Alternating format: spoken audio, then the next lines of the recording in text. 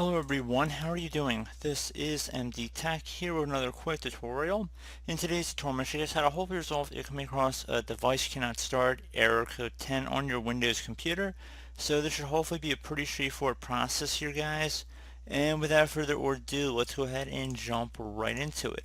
So we're going to go ahead and start by opening up the Start menu. Just left click on the Start button one time. Type in Regedit, so R-E-G-E-D-I-T. Best match should come back a Registry Editor. You want to right click on that and then left click on Run as Administrator. If you receive a user account control prompt, you want to go ahead and just left click on Yes.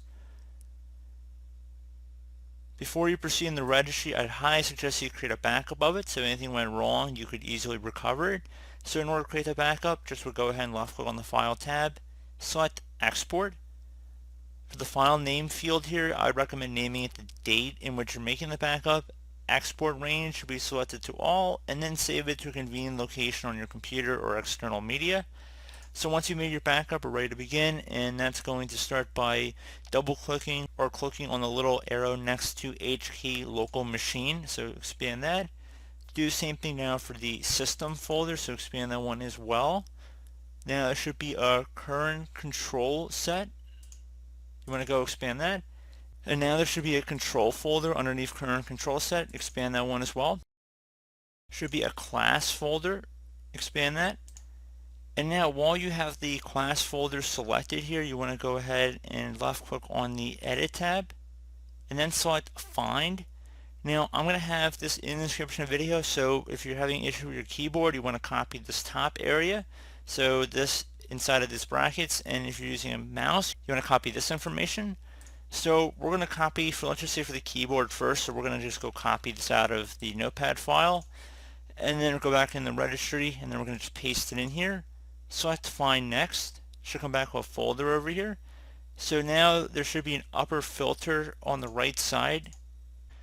There should be an upper filter value in here. If not, you want to right click in a blank area, select New, and then you want to select multi-string value. So again, multi-string value.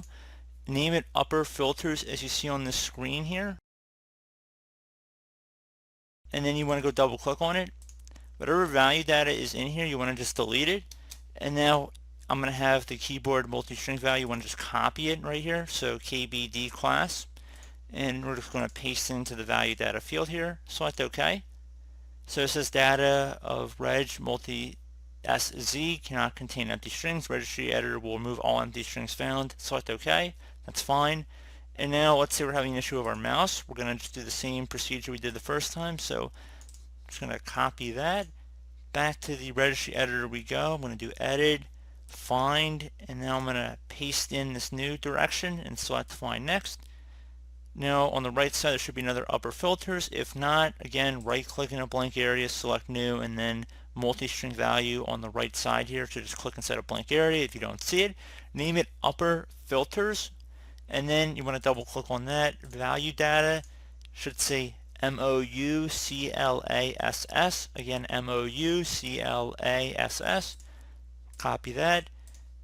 Put that in the value data field here, and then select OK. I'd make sure it's a lowercase here, so I'm just going to type it in. Appears it might be uppercase here, but I recommend doing lowercase. So I'll have that in the description of the video. So mouclass, lowercase. Select OK. Again, cannot contain empty strings. Registry Editor will remove all empty strings found. Select OK. Once you're done with that, close out of here. Would suggest restarting your computer, and I also would suggest unplugging and plugging back in your optical devices if you're having an issue with it, so such as your mouse, keyboard, etc. So pretty straightforward process here, guys. Do hope I was able to help you out, and I do look forward to catching you all in the next tutorial. Goodbye.